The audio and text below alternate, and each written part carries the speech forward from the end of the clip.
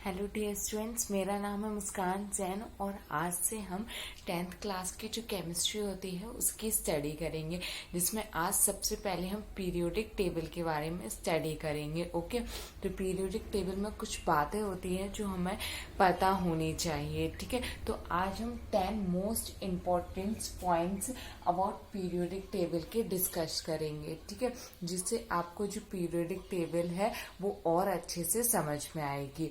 ठीक है, तो पीरियोडिक टेबल में हमारे पास दो चीजें होती है। एक तो क्या होता है, ग्रुप होता है, ठीक है, जिसमें एलिमेंट्स होते हैं, और एक पीरियड्स होता है इस टाइप से, जिसमें हमारे पास क्या होते हैं, एलिमेंट्स होते हैं। तो हम ग्रुप्स और पीरियड्स दोनों की एक साथ स्टडी करके ये जो हमारे पास 10 पॉइंट्स दिए हुए हैं इनकी स्टडी करेंगे, जिससे फर्दर आप जब केमिस्ट्री की स्टडी करते हो तो अगर आपकी ये कॉन्सेप्ट क्लियर होते हैं तो आप इजिली आगे पढ़ पाओगे, आपको ज्यादा दिक्कत नहीं होगी। ठीक है, तो यहाँ पर देखते हैं, ये हमारे पास क्या दिया है, वो फर्स्ट ग्रुप दिया हुआ है और यहाँ पर मैंने थर्ड पीरियड ले लिया है। ठीक है, यहाँ पर हमारे पास है hydrogen, lithium, sodium, potassium, rubidium, caesium, francium. ठीक है, इस टाइप से हमारे पास फर्स्ट ग्रुप के एलिमेंट्स दिए हुए हैं। ओके, अगर इनके एटॉमिक नंबर की बात करें तो हाइड्रोजन का 1 होता है, लिथियम का 3 होता है, सोडियम का 11 होता है, पोटेशियम का 19 होता है। ऐसे ही इन सब के होते हैं। ठीक है, अब बात करते हैं इनमें इलेक्ट्रॉन और प्रोटॉन की। तो जितने किसी एटम में जितने इलेक्ट्रॉन होते हैं उतने ही प्रोटॉन होते हैं। इलेक्ट्रॉन पर नेगेटिव चार्ज होता है और प्रोटॉन पर पॉजिटिव चार्ज होता है। ठीक है, अगर यहाँ पे हाइड्रोजन में 1 इलेक्ट्रॉन है तो 1 ही क्या होंगे, प्रोटॉन होंगे। Electron equal to proton. अगर लिथियम पे 3 इलेक्ट्रॉन है तो उसमें 3 ही प्रोटॉन होंगे। ओके, और इनको हम मैजिकल नंबर से डिस्ट्रीब्यूट कर देते हैं 2, 8, 8, 18, 32। ठीक है, इस टाइप से हमारे पास क्या होता है, मैजिकल नंबर होता है। कोई भी हमारे पास अगर एटम होता है, इस टाइप से मान लीजिए हमारे पास एटम दिया हुआ है। ठीक है, तो इसका जो सेंटर होता है, सेंटर में होता है हमारे पास प्रोटॉन और न्यूट्रॉन। ठीक है, न्यूट्रॉन जो होता है वो न्यूट्रल होता है, प्रोटॉन पर पॉजिटिव चार्ज होता है। तो आप इस टाइप से याद रख सकते हो, पी है तो प्रोटॉन पर पॉजिटिव चार्ज और यहाँ पर एन है तो ये क्या हो जाएगा, न्यूट्रल होता है। ठीक है, इस टाइप से आप याद रख सकते हो। ओके, और इसके चारों तरफ शेल्स होते हैं जिसमें इलेक्ट्रॉन्स मूव करते हैं। ओके, ऐसे ही हमारे पास ये है, इसमें भी क्या है, इलेक्ट्रॉन्स है और ये मूव कर रहे हैं। ओके, ये हमारे पास किसका है, लिथियम का एटम है और ये सोडियम का एटम है। ओके, तो ये हमारे पास इसकी इंफॉर्मेशन हो गई। अब इसमें हम देखते हैं कि अगर हमारे पास ग्रुप दिया हुआ है इस टाइप से और उसमें कोई हमसे नंबर ऑफ सेल्स पूछ ले या फिर एटॉमिक साइज या फिर इस टाइप से 10 जो पर हम इन पॉइंट्स की स्टडी करते हैं। ओके, फर्स्ट है हमारे पास नंबर ऑफ सेल्स। यहाँ पर हम ग्रुप्स के बारे में स्टडी करेंगे और यहाँ पर पीरियड्स के बारे में। ओके, तो फर्स्ट है हमारा नंबर ऑफ सेल्स। ठीक है, नंबर ऑफ सेल्स जो जब हम पीरियड्स में अप टू डाउन जाते हैं, अप टू डाउन। ठीक है, तो क्या होता है, नंबर ऑफ सेल्स, यहाँ पर हमारे पास नंबर ऑफ सेल्स कितनी है, 1 है, फिर 2, फिर 3, फिर 4, मीन्स इंक्रीज हो रहे हैं। तो number of cells in a group is increases. ठीक है, नंबर ऑफ सेल्स हमारी क्या हो रही हैं, इंक्रीज हो रही हैं अप टू डाउन जाने पर। ओके, ऐसे ही यहाँ पर बात करते हैं पीरियड्स की। यहाँ पर हमारे पास क्या दिया है, सोडियम दिया है। सोडियम का होता है 2,8,1, मैग्नीशियम का हो जाएगा 2,8,2, एल्यूमिनियम 2,8,3, 2,8,4, 2,8,5, 2,8,6, 2,8, 7, 2,8,8। ठीक है, इस टाइप से हमने इसके इलेक्ट्रॉन्स को लिख दिया है। ओके, ये मैजिकल नंबर पर बेस्ड होते हैं। ठीक है, तो यहाँ पर इसकी कितनी है, 2 शेल है, इसकी 3 शेल है, इसकी भी 3, इसकी भी 3। यहाँ पर जो नंबर ऑफ सेल्स हैं इन अ पीरियड इज सेम, कोई भी चेंज नहीं आ रहा है। तो यहाँ पर क्या हो जाएंगी, नंबर ऑफ सेल्स सेम हो जाएंगी या कांस्टेंट हो जाएंगी। ठीक है, यहाँ पर नंबर ऑफ सेल्स इंक्रीज नहीं हो रही है, बट अप टू डाउन जाने पर इंक्रीज हो रही है, लेफ्ट टू राइट जाने पर इंक्रीज नहीं हो रही है। अब एटॉमिक साइज देखते हैं। यहाँ पर हमारे पास एटम का साइज बढ़ता जा रहा है। क्यों बढ़ता जा रहा है? क्योंकि नंबर ऑफ इलेक्ट्रॉन्स बढ़ते जा रहे हैं। नंबर ऑफ इलेक्ट्रॉन्स बढ़ेंगे तो इलेक्ट्रॉन का साइज भी बढ़ जाएगा। अगर घर में लोग ज्यादा होंगे रहने के लिए तो घर का साइज भी बढ़ जाएगा। ठीक है, तो इस टाइप से यहाँ पर जो एटॉमिक साइज होता है वो क्या हो रहा है? इंक्रीजेस हो रहा है। ठीक है, एटॉमिक साइज हम कहाँ से देखते हैं? जैसे कि यहाँ पर हमारे पास सेंटर में प्रोटॉन होता है। जो सेंटर होता है उससे जो हमारा लास्ट इलेक्ट्रॉन तक होता है उसकी डिस्टेंस, ठीक है, यहाँ पर इंक्रीज हो, यहाँ पर इससे ज्यादा है, यहाँ पर इतनी है और यहाँ पर इतनी है। इससे प्रूव होता है कि जो हमारा एटॉमिक साइज है वो इंक्रीज हो रहा है। ठीक है, अब देखते हैं पीरियड्स में। ठीक है, एटॉमिक साइज, तो यहाँ पर जब हम लेफ्ट टू राइट जाते हैं, मैं आपको नीचे एग्जांपल से समझाती हूँ। यहाँ पर हमने ले लिया एल्यूमिनियम और यहाँ हमने ले लिया क्लोरीन। ठीक है, इस टाइप से इसका अगर हम एटम बनाए तो इसके पास कितने होते हैं? 13 प्रोटॉन होते हैं। ठीक है, और शेल कितनी होती है? 3 होती है, 1 2 और ये हमारे पास 3 शेल हो गई। ठीक है, इलेक्ट्रॉन इसके आउटर मोस्ट शेल में कितने हैं? 3 इलेक्ट्रॉन है। ठीक है, तो इस टाइप से हमने इसके 3 इलेक्ट्रॉन को लिख दिया। ऐसे अगर क्लोरीन की बात करें तो इसके पास 17 प्रोटॉन होते हैं। ठीक है, और शेल कितनी होती है? 3 होते हैं। और लास्ट ऑर्बिटल में इसके कितने इलेक्ट्रॉन होते हैं? 7 इलेक्ट्रॉन होते हैं। 1 2 3 4 5 6 7। ठीक है, इस टाइप से तो हमारे पास क्या होता है? प्रोटॉन क्या होता है? पॉजिटिवली चार्ज होता है और जो इलेक्ट्रॉन्स होते हैं वो निगेटिवली चार्ज होते हैं। तो क्या होता है? इनके बीच में एक अट्रैक्शन वर्क करता है। ठीक है, तभी तो ये जितने भी इलेक्ट्रॉन्स हैं ये इलेक्ट्रॉन जो एटम्स होते हैं उसमें रहते हैं, क्योंकि जो प्रोटॉन और इलेक्ट्रॉन के बीच में एक अट्रैक्शन वर्क करता है।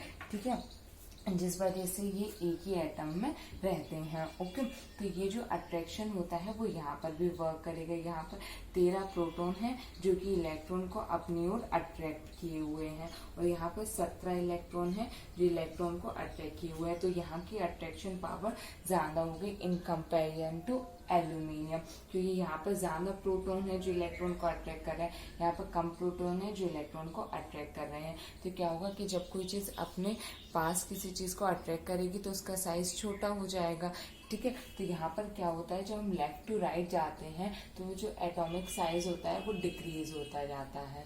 ठीक है, डिक्रीजेस। ठीक है, क्यों होता जाता है? क्योंकि यहाँ पर रीजन क्या है इसका? Number of proton increases. Number of proton increase होंगे मीन्स पॉजिटिव चार्ज इंक्रीज हो रहा। पॉजिटिव चार्ज इंक्रीज हो रहा तो यहाँ पर जो इलेक्ट्रॉन पर जो अट्रैक्ट कर रहा है ये पॉजिटिव चार्ज वो और ज्यादा करेगा, क्योंकि उसकी क्वांटिटी ज्यादा है। अगर अट्रैक्ट ज्यादा करेगा तो उसका साइज क्या हो जाता है? डिक्रीज हो जाता है। ठीक है, तो रीजन क्या है? Number of proton increases. ठीक है, अब देखते हैं वैलेंस इलेक्ट्रॉन। तो हमारी जो लास्ट ऑर्बिटल में प्रेजेंट इलेक्ट्रॉन्स होते हैं उनको हम बोलते हैं वैलेंस इलेक्ट्रॉन। जैसे कि हमारे पास हाइड्रोजन का तो 1 है, लिथियम का 1 है, सोडियम का 1 है, पोटेशियम का 1 है, रुबिडियम का भी 1 है, सबका 1 है। तो यहाँ पर जो वैलेंस इलेक्ट्रॉन है वो चेंज नहीं होते हैं, वो सेम रहते हैं। ठीक है, तो यहाँ पर बैलेंस इलेक्ट्रॉन हमारे कैसे रहते हैं? सेम रहते हैं। किसमें? ग्रुप में। अब बात करते हैं पीरियड में। तो यहाँ पर 1 है, यहाँ 2 है, यहाँ 3, यहाँ 4 5, यहाँ पर 6, यहाँ 7 8। तो ये कैसे होते हैं? इंक्रीजेस। ठीक है, ये हमारे पास बैलेंस इलेक्ट्रॉन कैसे होते हैं? इंक्रीज होते जाते हैं। किसमें? पीरियड्स में। ठीक है, उसके बाद बात करते हैं वैलेंसी की। तो वैलेंसी की बात जब हम करते हैं तो हमारे पास 1 से लेके 4 तक अगर बैलेंस इलेक्ट्रॉन 1 से लेके 4 तक है तो उसकी वैलेंसी सेम रहती है। मतलब अगर कहने का मतलब ये है कि हमारे पास यहाँ पर देखते हैं पहले, यहाँ पर हमारे पास क्या है? बैलेंस इलेक्ट्रॉन 1 है तो 1 ही होगी इसकी बैलेंसी। यहाँ पर बैलेंस इलेक्ट्रॉन 2 है तो 2 ही रहेगी। यहाँ पर 3 है तो 3 रहेगी। यहाँ पर 4 है तो 4 ही रहेगी। बट अगर 5 6 7 8 आ जाए तो उसको हम 8 में से माइनस कर देते हैं। तो 8 माइनस 5 कितना हो जाएगा? 3 हो जाएगा। तो अब इसकी वैलेंसी 3 हो जाएगी। फिर 8 माइनस 6 कर देंगे तो कितना आ जाएगा, 2 आ जाएगा। तो अब इसकी वैलेंसी 2 हो जाएगी। फिर क्या करेंगे, 8 माइनस 7 करेंगे तो वैलेंसी 1 हो जाएगी, और 8 माइनस 8 0। तो यहाँ पर हमारे पास सोडियम दिया था, सोडियम की 1 है, मैग्नीशियम की 2, एल्यूमिनियम की 3, सिलिकॉन की हमारे पास कितनी है, 4 है। उसके बाद फॉस्फोरस आया, फॉस्फोरस के लास्ट ऑर्बिटल में 5 इलेक्ट्रॉन्स थे। तो अगर 5 6 7 8 आता है तो उसको हम 8 में से माइनस कर देते हैं। तो हमने 8 माइनस 5 किया तो इसकी वैलेंसी 3 निकल आई। उसके बाद हमारे पास सल्फर आया, सल्फर की कितनी थी, 6 थी, 6 को हमने फिर 8 में से माइनस किया तो 2 आ गया। उसके बाद क्लोरीन, क्लोरीन की कितनी थी, 7 थी, तो उसको 8 माइनस 1, और यहाँ पर आर्गन, आर्गन की कितनी होगी, 8 माइनस 8 0। तो इस टाइप से हम वैलेंसी को फाइंड करते हैं। ओके, अब देखते हैं यहाँ पर ग्रुप में, ठीक है, ग्रुप में हमें क्या देखना है, वैलेंसी देखना है। तो यहाँ पर इसकी वैलेंसी सेम रहती है, ठीक है। अब बात करते हैं आयनाइजेशन पोटेंशियल की।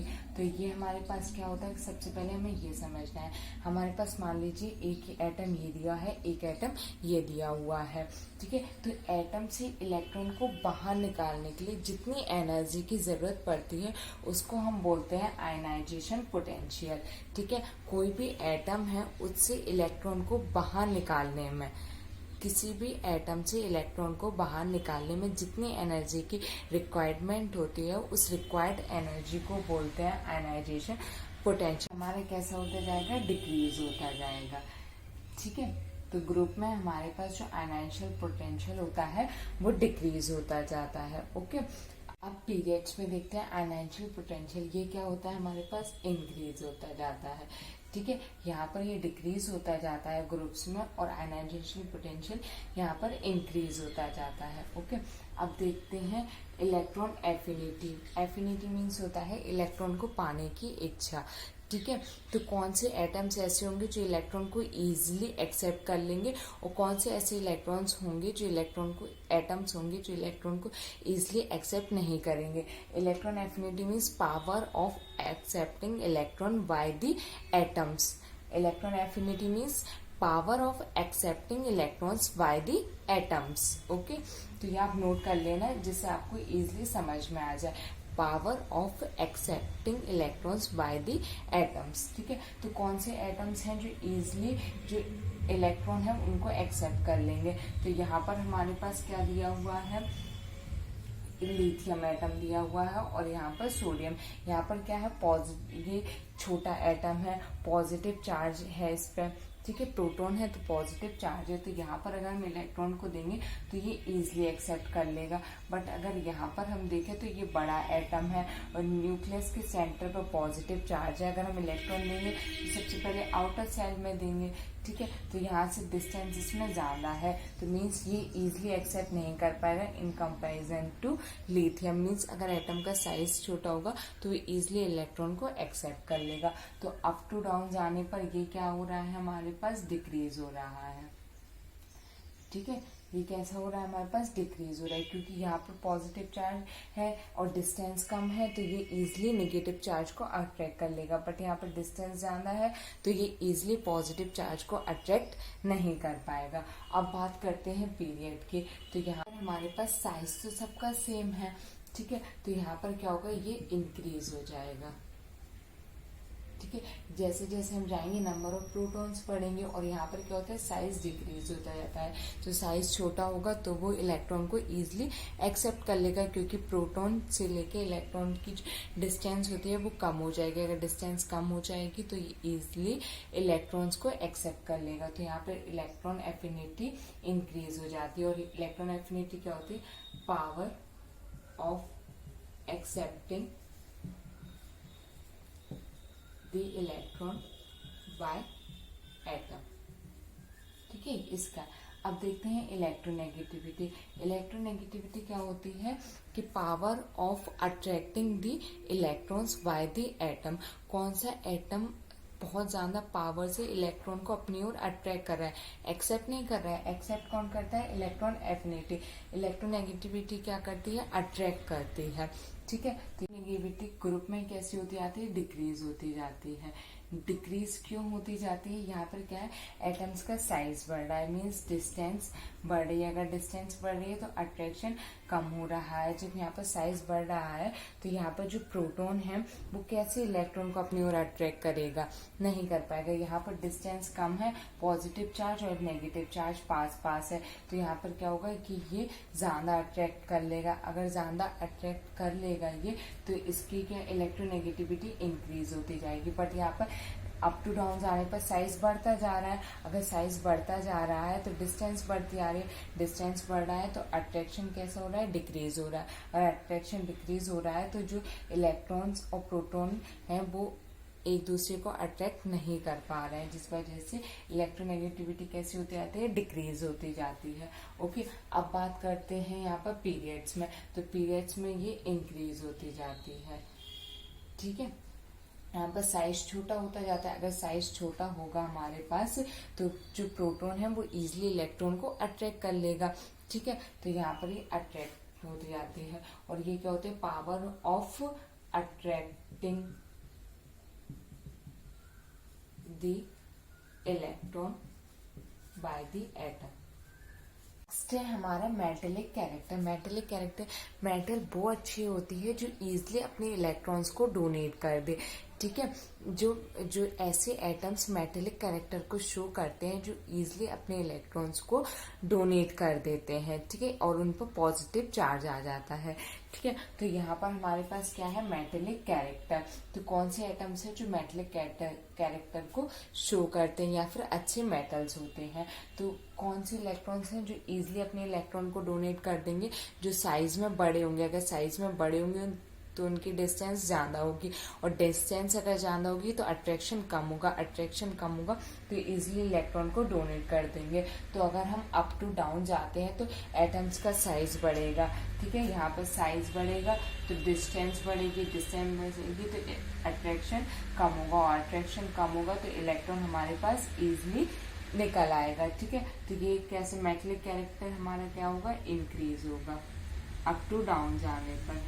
ठीक है, अब यहाँ पर बात करते हैं मेटेलिक कैरेक्टर की। तो यहाँ पर क्या है? साइज कैसा होता जा रहा है? डिक्रीज होता जा रहा है।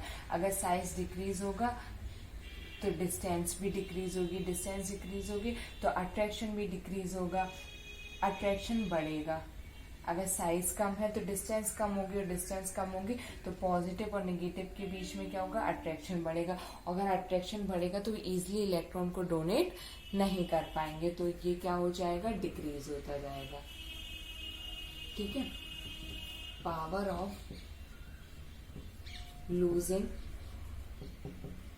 इलेक्ट्रॉन इज, वो जो मेटल अच्छी होती है जो इजिली इलेक्ट्रॉन को डोनेट कर दे। तो यहाँ पर हमारे पास सोडियम, मैग्नीशियम, एल्यूमिनियम, ये क्या होते हैं? मेटल्स होती हैं। एल्यूमिनियम तो आपने देखी होगी, घर पे यूज करते हैं, तो ये हमारी क्या होगी? मेटल होगी। सिलिकॉन, फास्फोरस, सल्फर, ये हमारे पास क्या होते हैं? सेमीकंडक्टर में यूज होते हैं, या फिजिक्स में पढ़ोगे इनसे हम सेमीकंडक्टर्स बनाते हैं। ठीक है, सबसे ज्यादा यूज तो सिलिकॉन का होता है। उसके क्लोरीन और आर्गन की हमारे कैसे हो जाते हैं? नॉन मेटल हो जाते हैं। ऐसी बात करें अगर यहाँ पर हम टॉप टू बॉटम जाते हैं तो हमारा जो मेटेलिक कैरेक्टर है वो इंक्रीज होता जाता है। ओके, अब बात करते हैं बेसिक ऑक्साइड की। ठीक है, तो इसको बेसिक ऑक्साइड्स क्या होते हैं?